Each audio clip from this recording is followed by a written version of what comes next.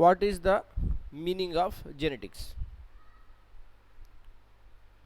कुछ आइडिया आपको होगा इसके पहले भी, बताइए जेनेटिक्स का मतलब क्या होता है?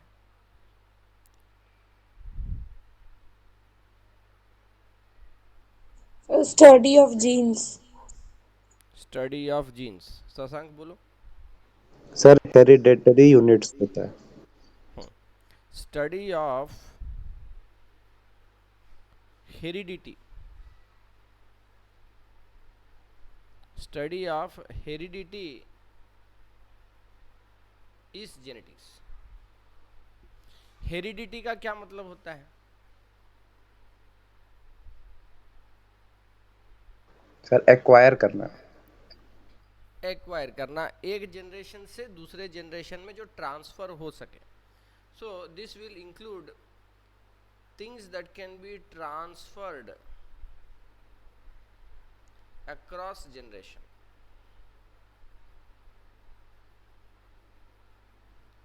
तो फॉर एग्जाम्पल, अगर मम्मी को सर्दी खांसी हो गया और लगले लगले बच्चे को भी हो गया, तो वो क्या हेरिडिटरी है? No sir. नहीं, that is simple horizontal transfer. दो टाइप का ट्रांसफर होता है, एक बोलते हैं वर्टिकल ट्रांसफर, एक होता है हॉरिजॉन्टल ट्रांसफर। वर्टिकल ट्रांसफर का मतलब होता है अक्रॉस जनरेशन, एक जनरेशन से दूसरा generation, vertical transfer. Horizontal transfer होता है between unrelated people or related people also, okay, they are, that is horizontal transfer.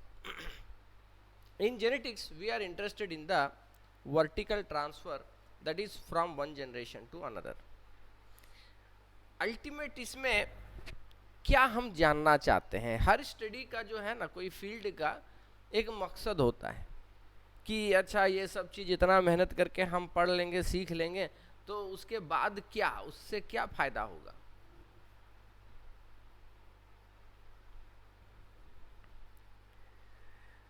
जिसके पास सर हॉरिजॉन्टल ट्रांसफर में तो वही सब आएगा ना, जैसे किसी डिजीज का, जो हाँ हाँ कम्युनिकेबल डिजीजेज है वो सब। हाँ, करेक्ट करेक्ट। तो जेनेटिक्स का जो अल्टीमेट मोटिव है वो है प्रिडिक्शन। ओके, प्रिडिक्शन कि अगला जनरेशन में क्या होगा। Okay, prediction. Prediction of heredity. क्या मतलब हुआ सर प्रिडिक्शन ऑफ हेरिडिटी? जैसे कि अगर फादर टॉल है और मदर शॉर्ट है, तो नेक्स्ट जनरेशन टॉल होगा कि शॉर्ट होगा?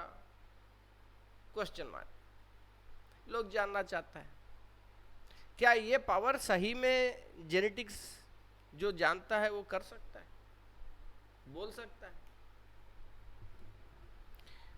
जैसे कि अगर दो पेरेंट्स हैं और एक को कोई जेनेटिक डिसीज है, जैसे कि नाइट ब्लाइंडनेस, अंधेरा में नहीं दिखाई देता है, तो night blindness is a genetic disease और नॉट? Yes sir. क्लास 9 में भी हमने पढ़ा था, एक तो होता है नाइट ब्लाइंडनेस, क्या चीज के डेफिशिएंसी से होता है? Sir vitamin A. हाँ, तो वो जेनेटिक डिसीज हुआ? नहीं सर। नो सर, नहीं हुआ, डेफिशिएंसी। वो तो फिजियोलॉजिकल डिसीज हो गया। तो जेनेटिक डिसीज में आता है कलर ब्लाइंडनेस। ठीक है, कई बार इस टाइप का सिंपल क्वेश्चन भी आ जाता है, सर कलर एल्गोरिथम। ब्लाइंडनेस और नाइट ब्लाइंडनेस। ओके, जैसे ऑड वन आउट वाला जो क्वेश्चन आता है, जिसमें कि आपको 4 टर्म्स दिए जाएंगे, 4 या 5 कभी दिया जा सकता है, और उनमें आपको पता लगाना है कि ऑड वाला कौन सा है और बाकी terms they belong to which category. तो आपको ये पता होना चाहिए कि कलर ब्लाइंडनेस जेनेटिक डिसीज है, नाइट ब्लाइंडनेस डेफिशिएंसी डिसीज है विटामिन का, ठीक है। तो हम जानना चाहते हैं कि अगले जनरेशन में क्या प्रोबेबिलिटी होगा। तो हम लोग प्रिडिक्ट क्या कर सकते हैं, हम स्पेसिफिकली नहीं बोल पाएंगे कि नेक्स्ट जो है फॉर एग्जांपल सन होगा या डॉटर होगा, ये हम नहीं बोल सकते, लेकिन हम ये प्रिडिक्ट कर सकते हैं कि कितना प्रोबेबिलिटी होगा कि अगला बच्चा जो है वो डॉटर है या सन है, और अगर सन है तो उसका कितना प्रोबेबिलिटी है कलर ब्लाइंडनेस का, और डॉटर है तो क्या प्रोबेबिलिटी है। तो the key term here is probability, probability.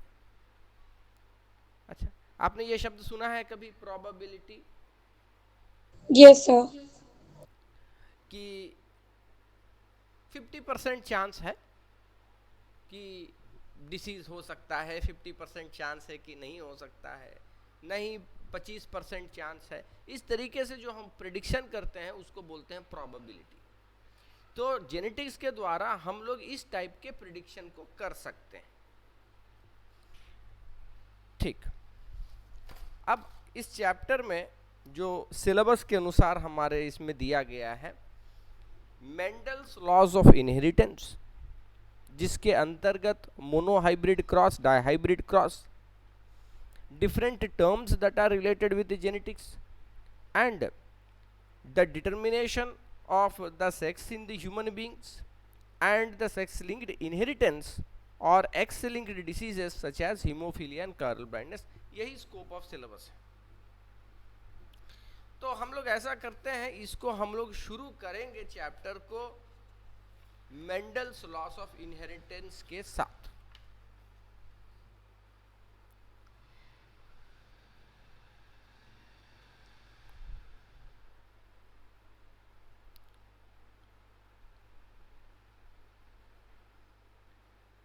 अच्छा,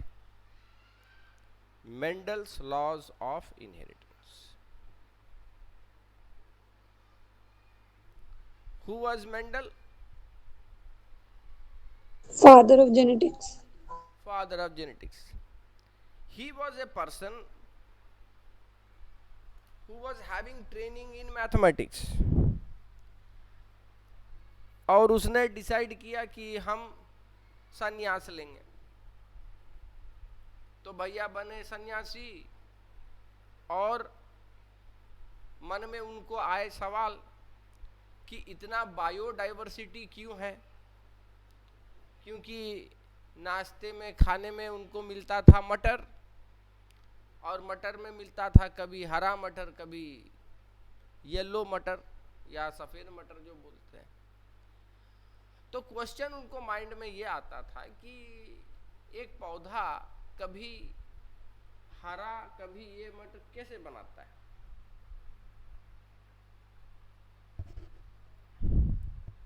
ओके, तो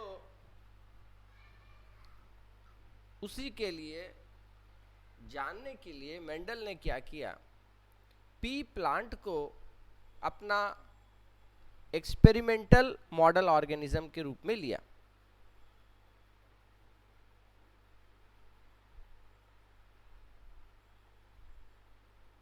सर जब वो मैथमेटिक्स का था तो वो एक्सपेरिमेंट कैसे करने लगा? हाँ देखो, वो तो था मैथमेटिक्स का आदमी, स्टैटिस्टिक्स का आदमी, लेकिन मन में सवाल आया biological, that what is the reason for biodiversity, what is the reason for genetic variation. बहुत ही कीवर्ड है ये, जेनेटिक वेरिएशन। जेनेटिक वेरिएशन का क्या मतलब होता है? एक एक्सचेंज ऑफ जीन। नहीं, जेनेटिक वेरिएशन यानी एक तो पॉपुलेशन, फॉर एग्जांपल ह्यूमंस का पॉपुलेशन है, तो इसमें सभी ऑर्गेनिजम्स एक जैसे नहीं लगेंगे देखने में, डिट्टो टू डिट्टो नहीं लगेंगे, कुछ सभी में फर्क रहेगा, सबका कुछ यूनिकनेस रहेगा। तो ये जो वेरिएशन है, इसी वेरिएशन को हम लोग जेनेटिक वेरिएशन कहते हैं। तो प्रश्न ये उठता है कि ये जेनेटिक वेरिएशन सर आया कैसे, कारण क्या सर है कभी इसका। कभार लोग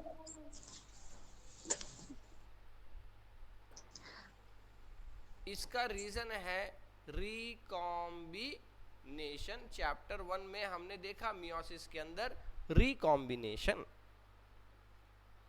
okay, what is the reason for genetic variation? It is recombination. और रिकॉम्बिनेशन होता कैसे है? Crossing over. क्रॉसिंग ओवर के कारण होता है।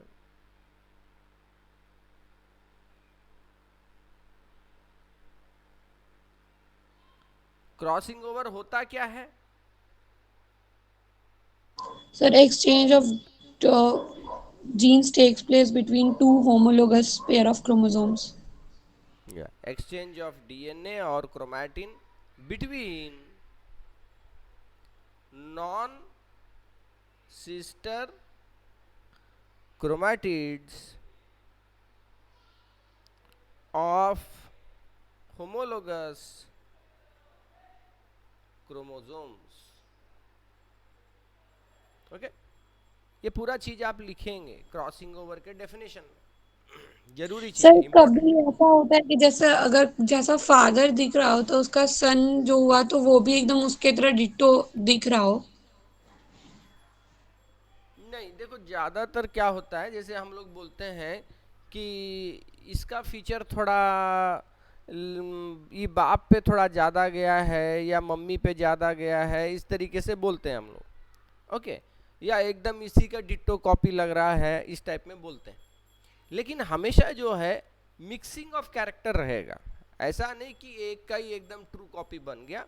और ह्यूमंस के अंदर ज़्यादातर क्या होता है, उसको हम लोग जो हमारे सिलेबस में नहीं है पहले बोल दे रहे, that is known as criss cross inheritance. यानी डॉटर फादर की तरह ज़्यादा दिखेगी और सन थोड़ा सा मदर के कैरेक्टर्स को ज़्यादा दिखाता है, उसको बोलते हैं क्रिस क्रॉस इनहेरिटेंस। वो अक्सर ह्यूमंस में ज़्यादा पाया जाता है क्रिस क्रॉस इनहेरिटेंस। तो वो हमारे सिलेबस में नहीं। इधर इंपॉर्टेंट पॉइंट क्या है, जेनेटिक वेरिएशन। जेनेटिक वेरिएशन का कारण क्या है, रिकॉम्बिनेशन। और रिकॉम्बिनेशन होता किस कारण से है, क्रॉसिंग ओवर। क्रॉसिंग ओवर क्या होता है, दिस इज क्रॉसिंग ओवर। अच्छा, क्या मेंडल को ये सब चीज पता था कि जीन क्या होता है? उस जमाने में जीन और डीएनए ये सब का कोई अता पता ठिकाना नहीं था। उस समय सब एक ही चीज मानते थे कि ऐसा क्यों हो रहा है, भगवान की कृपा। वैसा क्यों हो रहा है, जैसी भगवान की मर्जी। लेकिन एक मॉलिक्यूलर लेवल पे उसको कोई एक्सप्लेनेशन करने का किसी ने प्रयास किया नहीं। तो मेंडल जो है, ही बिलीव इन गॉड। ऐसा नहीं is not believing in God, he is believing in God, but he is also doing experiment in order to understand what is the basis, physical basis, okay, of inheritance। वो क्या तत्व है जो कि actually एक generation से दूसरे generation में ट्रांसफर होता है, ये जानने की उसकी इंटरेस्ट थी। तो इसलिए उसने क्या किया, पी प्लांट को एक्सपेरिमेंटल मॉडल ऑर्गेनिज्म के रूप में लिया। ओके, अब आप देखिए टेबल 3.6, फिगर 3.6।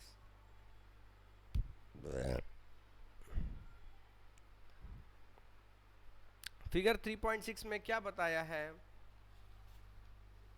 बोलो शशांक, बोलो क्या है?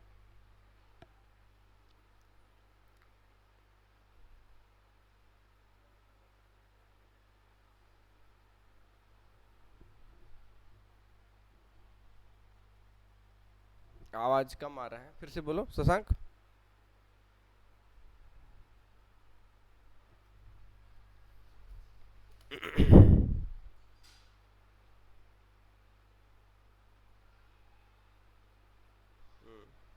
आवाज आ रहा है मेरा? त्रिशा बोलो। हाँ सर, आ रहा है। आ रहा है। अच्छा अच्छा, ये फिगर 3.6 बताओ शशांक, क्या बता रहा है? सर बुक अभी इधर तो नहीं है। अच्छा, टेक्स्ट बुक ने है पास में। ओके, बताओ त्रिशा, बताओ। सर उस पी प्लांट का कुछ कैरेक्टर्स के बारे में दिया गया है, उसका कलर, सीड, और उसमें उसका कलर का भी एक टाइप, जैसे फ्लावर है तो पर्पल और एक वाइट, दो तरह के वो दिए हुए हैं। इसके अंदर आप देख रहे हो कि there are the 7 characters, okay, which is discussed here. 7 characters discuss किया गया है। कैरेक्टर का मतलब क्या होता है? कैरेक्टर सर जो शो हो रहा है उस किस टाइप का है? जैसे हम लोग बोलते हैं कैरेक्टर मेक्स ए पर्सन, तो क्या ये वही कैरेक्टर है? नहीं सर। नहीं, ये कैरेक्टर वो कैरेक्टर नहीं है। ये कैरेक्टर है कैरेक्टरिस्टिक्स वाला कैरेक्टर, जो कि दिखाई देता है।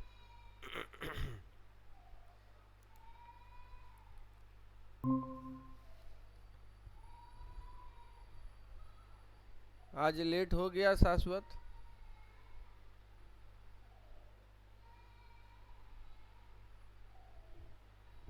सर वो डॉक्टर के पास चले गए थे। ओ अच्छा, ठीक ठीक। तो 7 characters are there. Mendel chose these 7 characters. क्यों?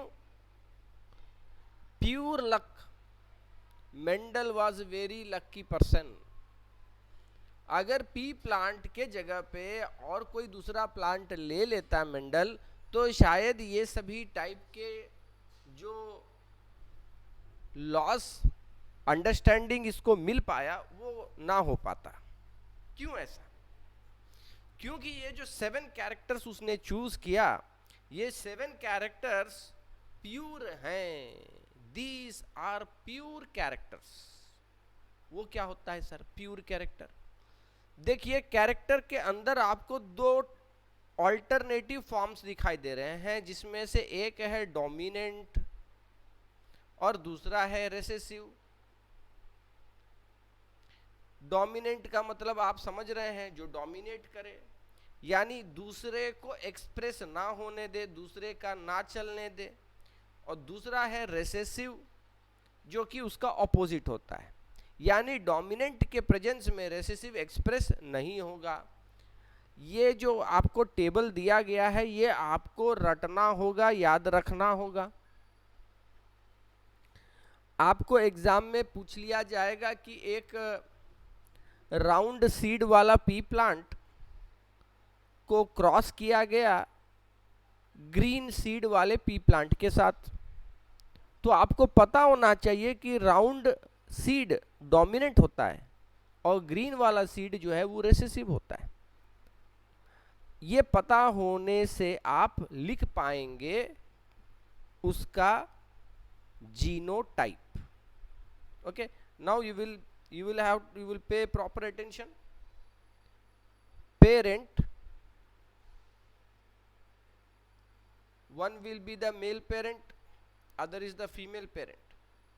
क्या हम लोग लिए हैं? पी प्लांट लिए हैं। पी प्लांट में हमने एक ऐसा लिया जो कि टॉल है। ओके, मेल हमने लिया टॉल। मेल मतलब क्या? What is P plant? Is it bisexual और यूनिसेक्सुअल? पिछले साल हमने पढ़ा था कि प्लांट बाइसेक्सुअल यूनिसेक्सुअल दोनों टाइप के होते हैं, यानी एक ही पौधा पे या तो जो फ्लावर्स बनते हैं they can have both the gynoecium as well as androecium, so that flower will be what?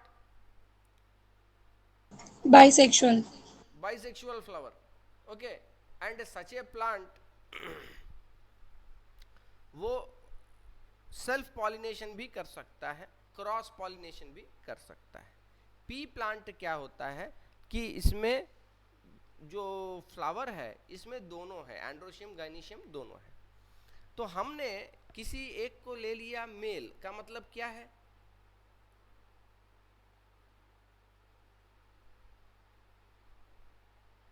ये समझो कि स्टिग्मा है और ये वाला एंथर है। हम अगर इसके स्टिग्मा को हटा दें और केवल इसका पोलन ले लें, okay, I'm only using the pollen of this plant, then it is considered as the male parent. और दूसरा जिसको हम फीमेल पेरेंट लेना चाहते हैं उसका एंथर सब काट के हम फेंक देंगे और उसके फूल को हम ढक देंगे एक तो प्लास्टिक से। क्या फायदा होगा उससे?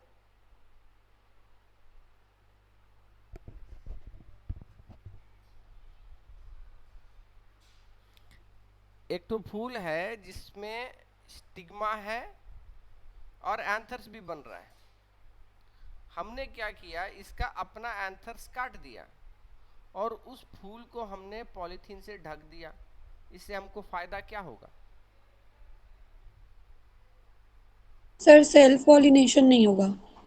सेल्फ पॉलिनेशन नहीं होगा, केवल क्रॉस पॉलिनेशन हो सकता है, और वो भी क्रॉस पॉलिनेशन जैसा हम चाहेंगे वैसा ही होगा।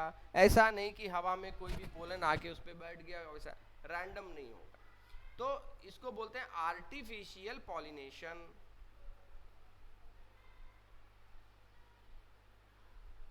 तो हम पी प्लांट में आर्टिफिशियल पॉलिनेशन कर सकते हैं।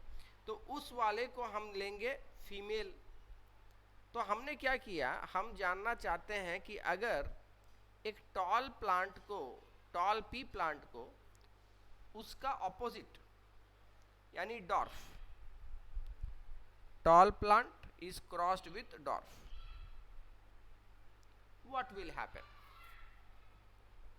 ये टॉल और डॉर्फ है क्या? कैरेक्टर। टॉल डोमिनेंट कैरेक्टर और डॉर्फ रिसेसिव। अच्छा, देखिए यहाँ पे शब्द का चयन करना बहुत जरूरी है। एक होता है फिनोटाइप, एक होता है कैरेक्टर, और एक होता है कैरेक्टर का alternative forms. Alternative forms of the character known as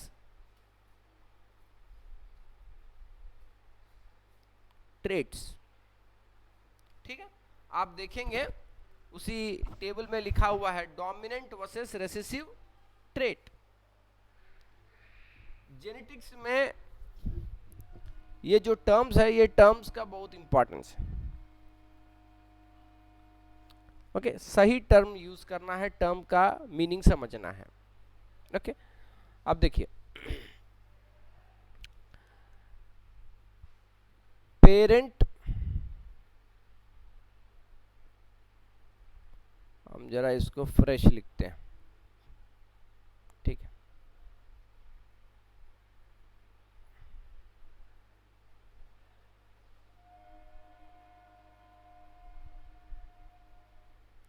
parent, parent, I am taking tall and crossing it with a dwarf plant। ये हमको दिखाई दे रहा है, टॉल और डॉर्फ दिखाई दे रहा है। कैरेक्टर क्या है? हाइट। और इसका दोनों ऑल्टरनेटिव फॉर्म्स जो हमको दिखाई दे रहा है वो क्या है? ट्रेट। ठीक है, alternative forms is known as trait, character is height. और जो भी आपको बाहर से दिखाई दे, ये जो कैरेक्टर आपको बाहर से दिखाई देता है, उसे हम लोग बोलते हैं phenotype. The observable characters of the organism is the phenotype. अच्छा, तो डीएनए के लेवल पे ये क्या होगा, जीन्स के लेवल पे ये क्या होगा? पी प्लांट डिप्लॉयड है कि हैप्लॉयड है? ह्यूमंस आर डिप्लॉयड और हैप्लॉयड? ह्यूमंस डिप्लॉयड आते हैं, diploid. Humans are diploid, why? Because we have two sets of chromosome. we have two sets of chromosome, each set is coming from both the parents। ठीक है, तो उसी तरीके से P plant भी diploid है। तो अगर टॉल का जीन कैपिटल टी है तो हम इसको कैसे लिखेंगे? 2 बार कैपिटल टी लिखेंगे। और जो उसका ऑपोजिट होता है रेसेसिव, ओके, उसको हम लिखेंगे स्मॉल टी, 2 बार लिखेंगे क्योंकि बी डिप्लॉयड है। अभी तक में सर कोई तो अगर डाउट है जैसे तो पूछिए। बैक्टीरिया का इस टाइप का कुछ कर रहे होंगे तो उसमें एक ही लिखाएगा, मतलब अगर हैप्लॉइड होगा तो सिर्फ एक ही बार। बैक्टीरिया में ये अप्लाई होगा ही नहीं। पर उसमें नहीं होगा, लेकिन जो चीज और हैप्लॉइड है उसमें तो एक ही बार लिखेंगे ना।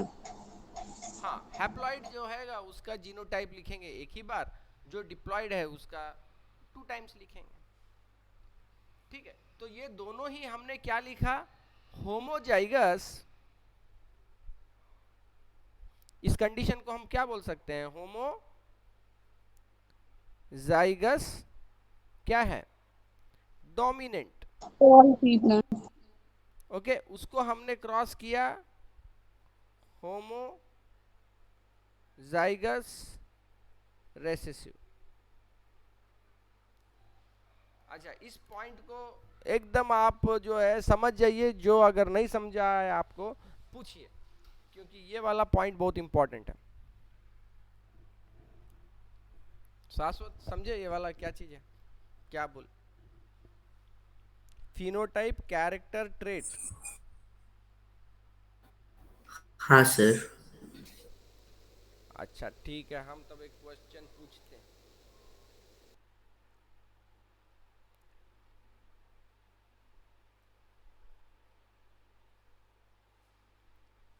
एक तो पी प्लांट का इस टाइप का जीनोटाइप है,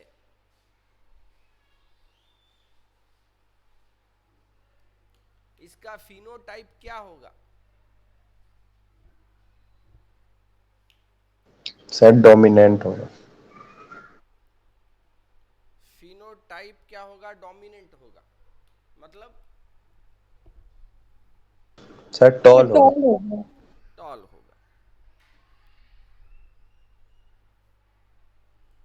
इस कंडीशन को हम कैसे डिस्क्राइब कर सकते हैं जिसमें दोनों जीन्स अलग अलग हैं, ऑपोजिट है, sir heterozygous. Heterozygous. Heterozygous condition क्या हम लिखेंगे, हेट्रोजाइगस डोमिनेंट। हाँ सर लिख सकते। जरूरत नहीं है, क्यों जरूरत नहीं है, क्योंकि हेट्रोजाइगस रेसेसिव हो सकता है क्या, नहीं सर। हो ही नहीं सकता है, क्योंकि केवल डोमिनेंट ही एक्सप्रेस होगा। तो ऐसे कंडीशन में हेट्रोजाइगस डोमिनेंट लिखने का कोई अर्थ नहीं है, इसीलिए हम लोग केवल बोलते हैं हेट्रोजाइगस कंडीशन। लेकिन जब होमोजाइगस की बात करते हैं तो हम लोग मेंशन करते हैं कि भैया ये होमोजाइगस डोमिनेंट है या होमोजाइगस रेसेसिव है। ठीक, तो ये हो गया पेरेंट जेनरेशन। पेरेंट का ये फिनोटाइप था और ये इसका जीनोटाइप है। अब हम इन दोनों को जब क्रॉस करना चाहेंगे तो सबसे पहले हमको ये लिखना पड़ेगा कि ये क्या गैमीट्स बनाते हैं। ये वाला जो जीनोटाइप है कैपिटल टी, ये क्या गैमीट्स बनाएगा, सर कैपिटल टी और कैपिटल टी।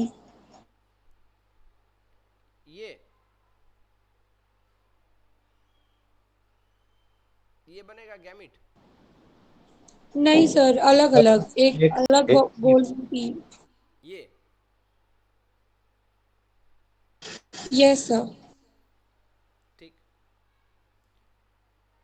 उसी तरीके से स्मॉल टी वाला भी ऐसे लिख सकते हैं।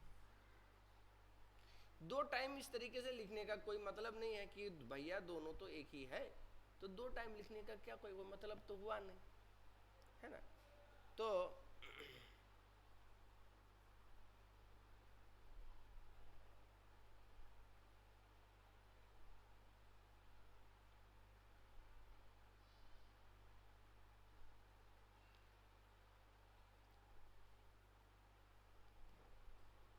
इसको हम लिखेंगे मात्र एक बार,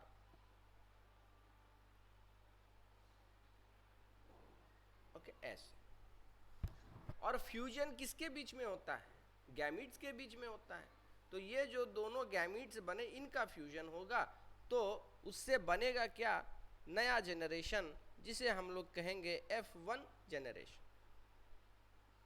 F1 जनरेशन क्या बनेगा, कैपिटल टी स्मॉल टी दोनों फ्यूज होके बना। इधर F का मतलब क्या होता है,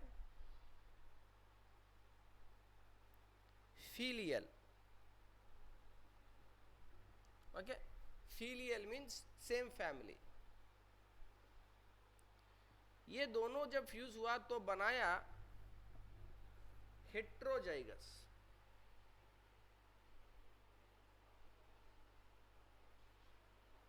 हेट्रोजाइगस बनाया, ठीक।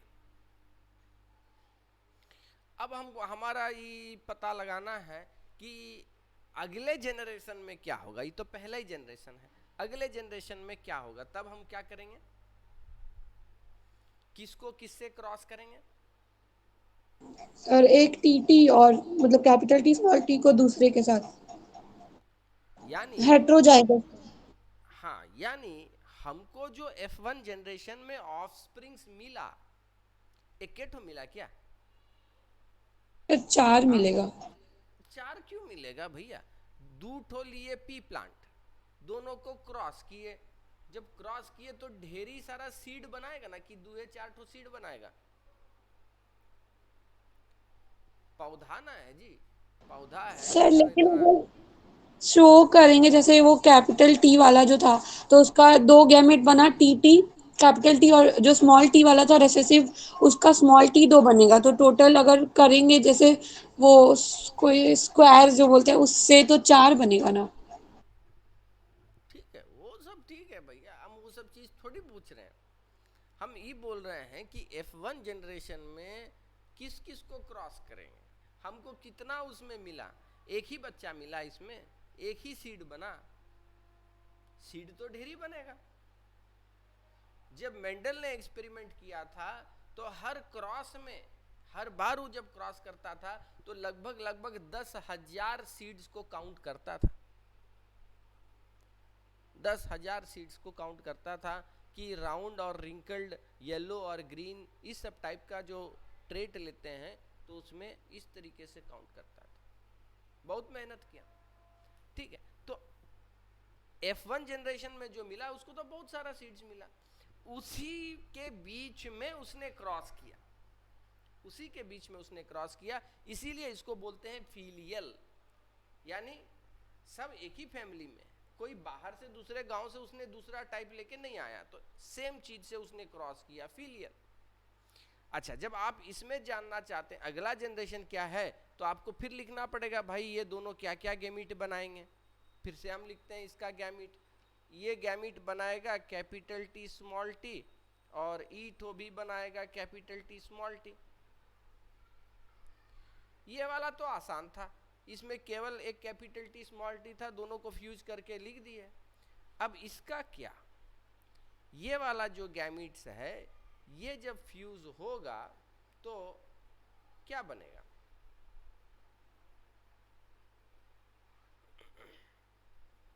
तो आप इसके लिए जो है simple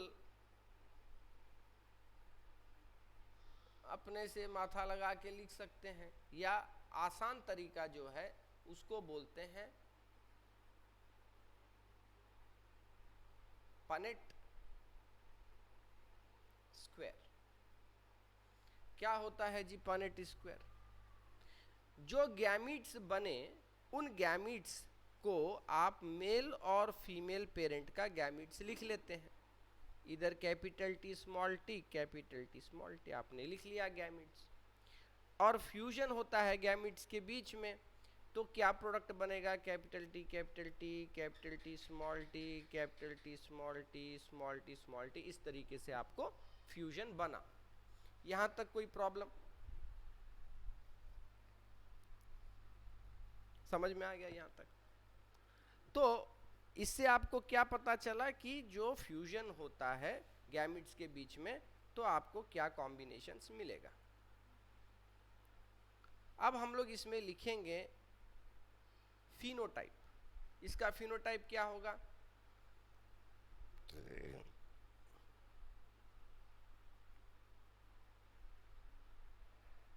capital T will be sir tall. ये वाला sir capital T tall. Small, also tall, this one also tall, and this one will be Dwarf. dwarf. तो अगर अब हम पूछें कि what is the phenotypic ratio,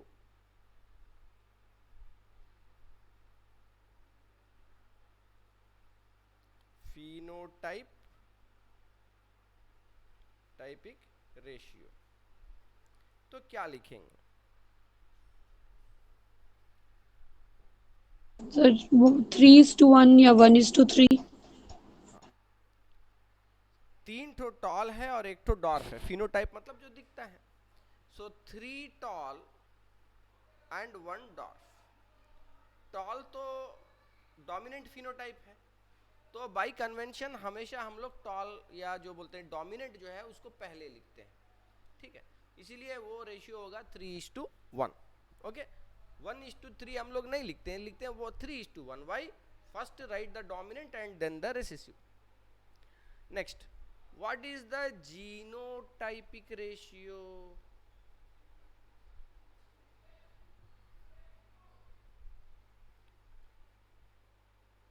capital T है, हाँ। 1:2:1।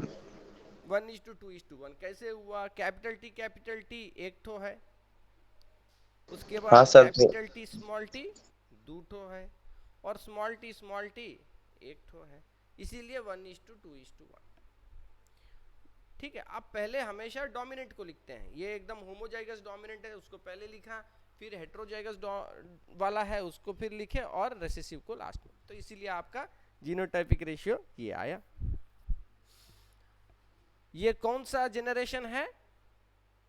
F2 F generation. जनरेशन। तो ज्यादातर स्टूडेंट जो है इस पॉइंट को पकड़ता ही नहीं है। क्वेश्चन पूछेगा what is the genotypic ratio या phenotypic ratio in F1 generation, एक तो बनाइए, एक तो क्रॉस बनाइए between capital T small T, capital T small T. इसका बताइए क्या रेशियो बनेगा, जीनोटाइपिक फिनोटाइपिक रेशियो?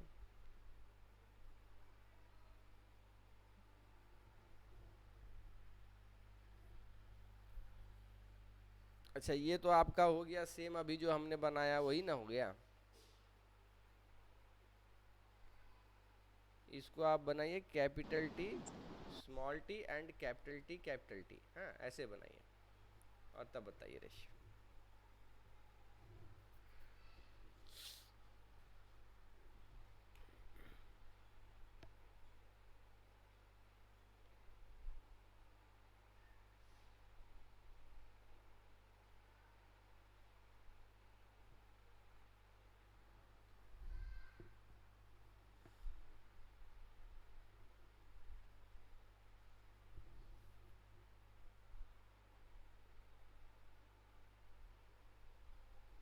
अच्छा,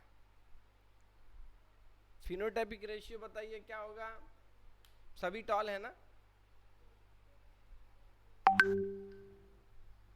sir 4।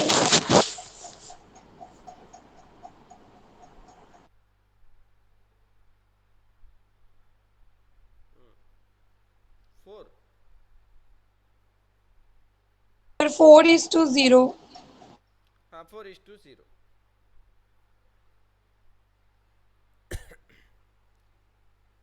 All are toll.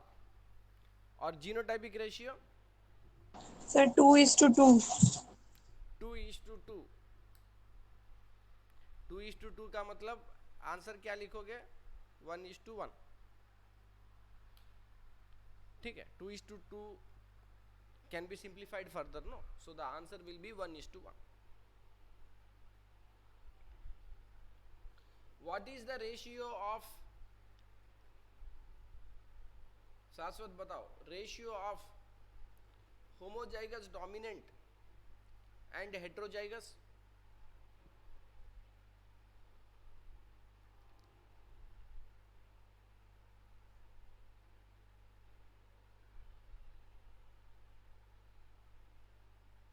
Sir homozygous dominant हाँ, and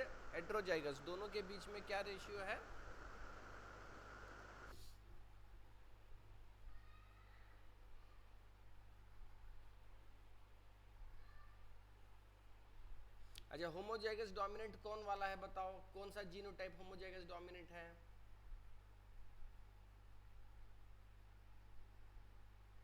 capital T small T जो है वो होमोजाइगस है?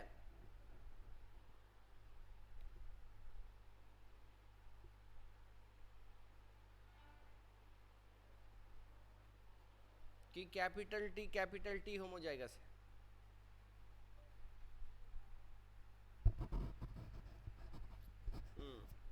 शाश्वत तो होमोजाइगस वाला चीज नहीं तुम कैच किए, हमको लगता है वो स्टार्टिंग में तुम मिस किए थे। अच्छा ठीक है। हाँ सर, थोड़ा सा मतलब कि नहीं समझ रहा। ठीक है, त्रिशा बताओ, होमोजाइगस डोमिनेंट एंड हेटेरोजाइगस का रेशियो? सर 2:2, 1:1। 1:1। अच्छा सर स्कूल में लेकिन मैम 2:2 ही लिखने बोली थी, उसको काट के लिखने मना कर दी थी।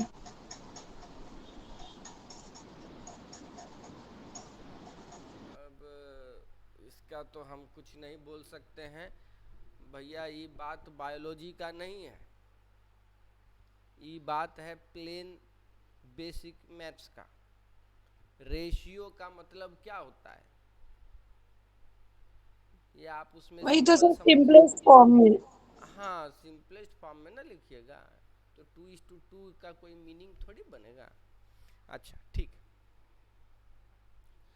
अच्छा, अब आपको जो है ये चीज़ ध्यान में रखना है कि फिगर 3.6 में जो कैरेक्टर्स दिया गया है ये कंपलसरी है याद रखना। तो इसको आसान तरीका क्या होगा कि सभी डोमिनेंट कैरेक्टर जो दिए गए हैं उनको आप याद रख लीजिए। कैसे होगा याद? उसके लिए आप क्या करेंगे, एक तो चित्र बनाएंगे। क्या चित्र बनाइएगा? एक तो पौधा बना दीजिए टॉल, और उसमें फूल बनाएंगे। केवल डोमिनेंट कैरेक्टर दिखा रहे हैं इसमें, ठीक है, तब आपको आसानी से याद हो जाएगा। डोमिनेंट है, डोमिनेंट में फूल का क्या है position? Axillary position. Axillary position यानी ऐसे लास्ट में आएगा नहीं, ये आएगा बीच में ऐसे, ओके, जहाँ बर्ड वगैरह जो बोलते हैं एक्सिलरी पोजीशन यहाँ पे आएगा। और colour of the flower dominant क्या है? पर्पल है, पर्पल। तो पर्पल फ्लावर बना लेते हैं, ठीक है, ये एक्सिलरी पोजीशन पे पर्पल फ्लावर हो गया। सो 1 2 3, 3 कैरेक्टर कवर हो गया। अब उसके बाद पॉड बनाएंगे। पॉड का डोमिनेंट क्या है? ग्रीन है। अब मेरा बैकग्राउंड खुदे ग्रीन है तो थोड़ा सा दिक्कत तो होगा।